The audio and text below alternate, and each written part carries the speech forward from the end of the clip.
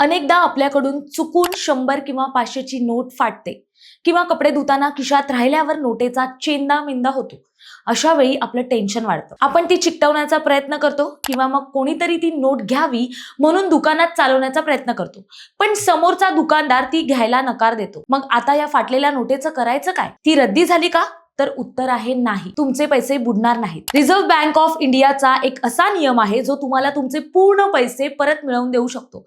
काय आहे तो नियम सांगते. आरबीआयच्या नोटा परतावा नियमावलीनुसार भारतातील कोणतीही बँक, मग ती सरकारी असो किंवा खासगी, फाटलेली किंवा खराब झालेली नोट बदलून देण्यास नकार देऊ शकत नाही. यासाठी तुमचं त्या बँकेत खातं असण्याचीही गरज नाहीये.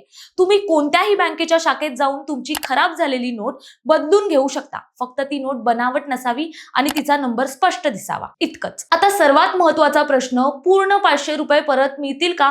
हे अवलंबून असतं तुमच्या नोटेच्या स्थितीवर.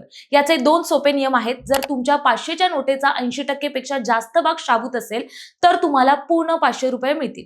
जर नोटेचा फक्त 40% ते 80% भाग व्यवस्थित असेल तर तुम्हाला अर्धे पैसे म्हणजे 250 रुपये मिळतील. पण जर नोटेचा 40%पेक्षाही कमी भाग तुमच्याकडे असेल तर मात्र तुम्हाला 1ही रुपया मिळणार नाहीये. त्यामुळे नोट फाटली तरी तिचे तुकडे जपून ठेवा. अनेकदा बँकांचे कर्मचारी फाटलेल्या नोटा बदलून द्यायला टाळाटाळ करतात. अशा वेळी घाबरू नका. आरबीआयच्या नियमानुसार बँका असं करू शकत नाही. जर कोणत्याही बँकेने तुमची नोट स्वीकारली नाही तर तुम्ही त्या बँकेच्या मॅनेजरकडे लेखी तक्रार करू शकता. इतकंच नाही तर तुम्ही आरबीआयच्या पोर्टलवर ऑनलाईन तक्रार देखील नोंदवू शकता. त्या बँकेला 10,000 रुपयांपर्यंत दंड होऊ शकतो. तर मंडळी, आता फाटलेल्या नोटेचं टेन्शन घेऊ नका. सरळ बँकेत जा.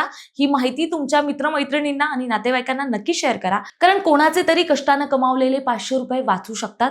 अशाच कायदेशीर आणि कामाच्या माहितीसाठी आपल्या प्रहार न्यूज लाईन चॅनलला फॉलो आणि सबस्क्राईब करायला विसरू नका. धन्यवाद.